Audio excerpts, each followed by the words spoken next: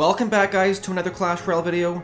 Today we're going to be taking a look at what is probably one of the most important things that you can be doing to get better at Clash Royale, and it's something that I really recommend you guys try out if you're struggling or having a hard time or just want to get better overall at this game. And what that is actually sitting down and watching the replays on the battles where you lose, analyzing them, figuring out where things went wrong and how things can be done better in the future. So in just a moment, we're going to be watching some replays where I lost, and hopefully we can figure out what mistakes I made. But first, let's go ahead and start opening up these chests here with these free chests as always.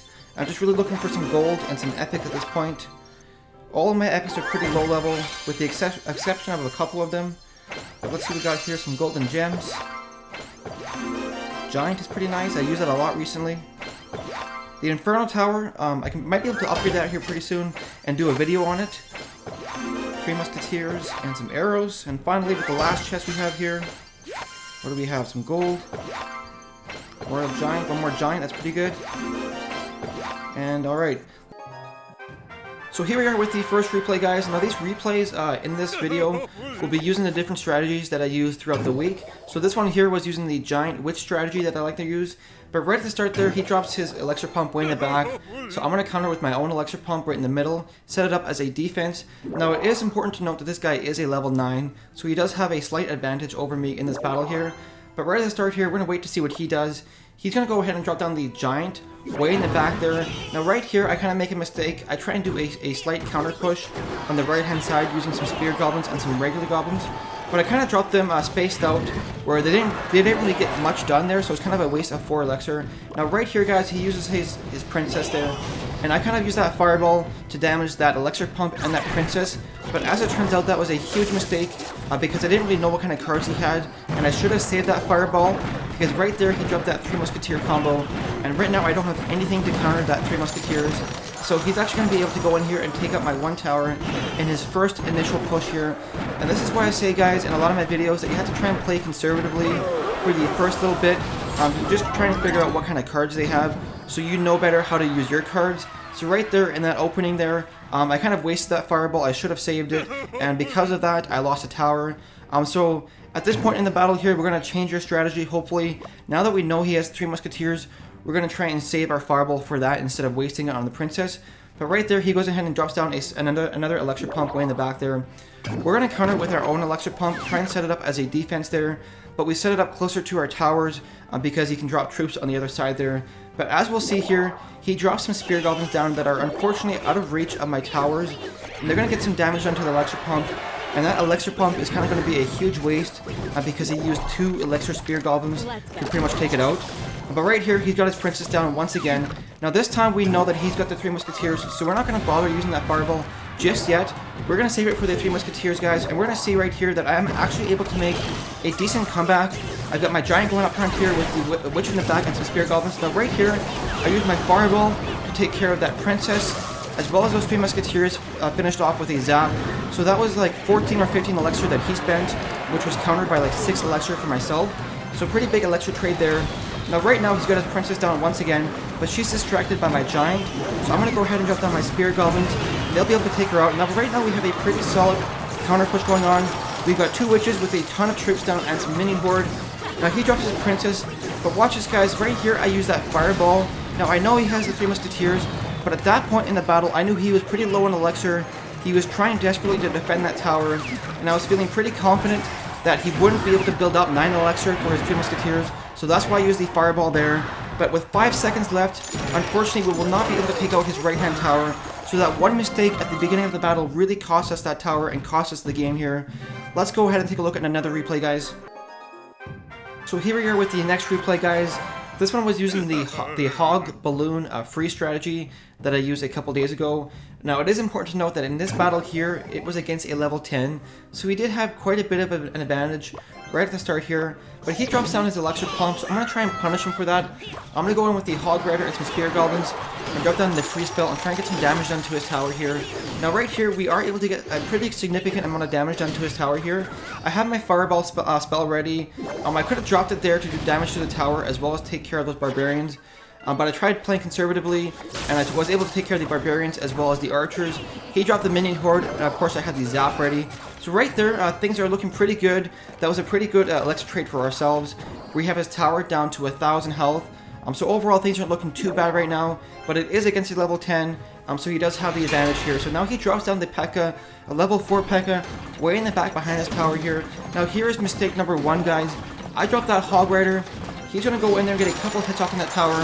Now I dropped the freeze spell, and the mistake here, guys, was playing way too aggressively, overextending there, because as you'll see, he has a mini P.E.K.K.A and a full health, full P.E.K.K.A coming back at me, and I had really no elixir to defend this. Now he drops down the 3 Musketeers behind his P.E.K.K.A. I used the Fireball and the Zap spell to take care of the 3 Musketeers, but I have nothing left to defend that P.E.K.K.A, so he will be able to take care of my right-hand tower, and with that poison spell there, I can't really drop anything next to the P.E.K.K.A to take it out. So I really did overextend there with the Hog Rider and the freeze spell, because that was 8 elixir that I spent to go in and damage that tower, but really I should have been focused on defending that P.E.K.K.A push. But right there, we dropped that free spell, and right now we're sitting about even on elixir. He's got like 2 more than I do, so he's going to go ahead and drop down a second elixir pump there way in the back. His tower on the right hand side is pretty low, so I might be able to take it out here, but we're going to go ahead and drop down the bomb tower. The bomb tower is the last defense that lasts a decent amount of time, so it's not too bad to drop it down ahead of time and get ready for a defense. So we drop down the bomb tower there. He drops down the P.E.K.K.A on the back left hand side there. We're going to go in with the Hog Rider by itself, and hopefully it'll be able to take care of that tower. Now he drops those Barbarians there, as well as that mini P.E.K.K.A to take care of that Hog Rider. And now we have 2 pushes coming back at us, a P.E.K.K.A on the left hand side and some Barbs on the right hand side. We use the Fireball to take care of the Barbarians as well as damage that mini P.E.K.K.A, but he drops that mini Horde. We have to use the Zap there, and overall he's got a ton of troops in our base right now. We're going to try our best to defend here. We're going to distract that P.E.K.K.A with some low health troops. Now right here, guys, is a second mistake. I dropped that Hog Rider for some reason in front of those Barbarians when I really should have been focusing on playing defense. So overall, that was another 4 elixir wasted that could have been used on defense. And right here, guys, I used the Zap spell to try and stun those troops for a couple of seconds. But I knew he had the mini Horde, so I should have saved my Zap spell for that mini Horde, because right here, he will be able to finish off my second tower for a 2-crown victory. So overall, we did okay against level 9, but some mistakes were made, and definitely we can fix that in the future. So let's go ahead to the last replay, guys. So here we are with the final replay, guys. Now this battle was with the double print strategy that I used in yesterday's video. Now one thing I want to mention, guys, is when I'm trying out new strategies, the first couple of battles that I do are usually losses. And that's what these replays are. These replays, for the most part, are pretty much my first battles with the decks that I'm trying out. And that's why it's really important to take a look at your replays, see the mistakes that you're making, and try and figure out different things you can do to get better. But right at the start here, we're going to go in on the right hand side with the double prince combo. He's going to counter with the minion horde, and of course we have our arrows ready. So we are able to get a pretty decent amount of damage done to his right hand tower. His tower is down to 800 health, and we're pretty even on elixir at this point. He does have that full health pump way in the back, so I have to take that into consideration because in late game he will have an elixir advantage. But right here, we're going to wait for him to make the next move, or just wait for elixir to build up to 10. He drops the Royal Giant way in the back there, so I'm going to go ahead and drop down my elixir pump right in the middle there, and hopefully use it to distract any troops that he uses to attack here. Now watch this, guys. Watch how I defend here. This is one of the mistakes that I made in the battle here. He has his Royal Giant marching up, as well as the Barbarians and the Wizard. Now I dropped my Prince way in the back. I was really hoping that it would target the Wizard, but unfortunately I didn't wait long enough. I dropped it way too soon, and the Prince targeted the Barbarians instead. Because right there, if I would have been able to take care of that Wizard instead of the Barbarian, then I could have used my Minion Horde to defend, and this defense here would have been a whole different story. But right now, he has his Royal Giant, which is distracting my tower. Those Spear Goblins as well as that Royal Giant are doing some pretty strong damage to my tower, as well as that Minion Horde coming in here. Now right now, guys, things really are kind of not looking good. He's really controlling the battle here. Everything I'm doing is just frantically reacting to whatever he drops down, and you really want to try and be in control of the battle, guys. You really want your opponent to be frantically dropping cards, trying to defend whatever you're putting down. But right here, he's controlling the battlefield, which kind of sucks. He has his Wizard right now marching up to the bridge on the right hand side. He drops down a pump way behind his left hand tower. So right now we're going to try and punish him for dropping down that pump. We're gonna go in with the double prince combo on the left hand side. But one thing I want to point out, guys, is my princes are only level 2. So as you'll see here, they get melted pretty quickly. I mean, my mini account, which is level 3, is facing people that have level 2 princes. So having a level 2 prince at this trophy range kind of sucks. They do melt pretty quickly. So I kind of have to take that into consideration. But right here, we're going to go in on the right hand side with the double prince combo.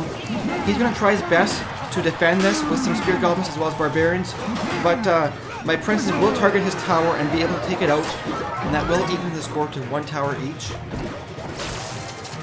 Now I have my minion horde going on the left-hand side.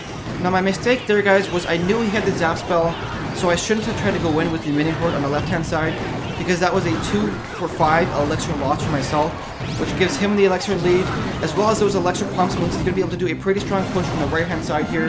My king tower is down to 1600 health, so right now we're just frantically trying to defend anything it pushes down. We're really just trying to defend and hold out for a draw. So right now he uses that zap spell there. I have my cannon defending as well as those goblins. And overall things aren't looking too good for us at this point. He drops down another elixir pump, which is kind of strange considering there's only 40 seconds left. But right here, guys, we're going to wait till we get to 10 elixir before we do anything. We drop down the prince as well as the dark prince combo here. We're going to go in there. He drops down the minion horde to try and defend, but we're going to use our arrows to take care of that.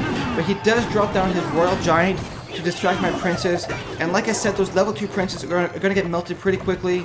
So overall right now we're going to try and defend this push once again. Royal Giant gets killed there, but he uses that zap spell. He has his wizard and his goblins there. And overall, with 10 seconds left, we're not going to be able to take out his tower. Now this battle, I didn't end up losing, but I didn't really win it, and some mistakes were really made, so I wanted to show it to you guys. Anyways, guys, that's going to do it for this video. If you enjoyed it, make sure to hit the like button, and make sure to subscribe if you want to see some more Clash Royale stuff. Anyways, guys, thank you so much for watching this video, and we'll see you in the next one.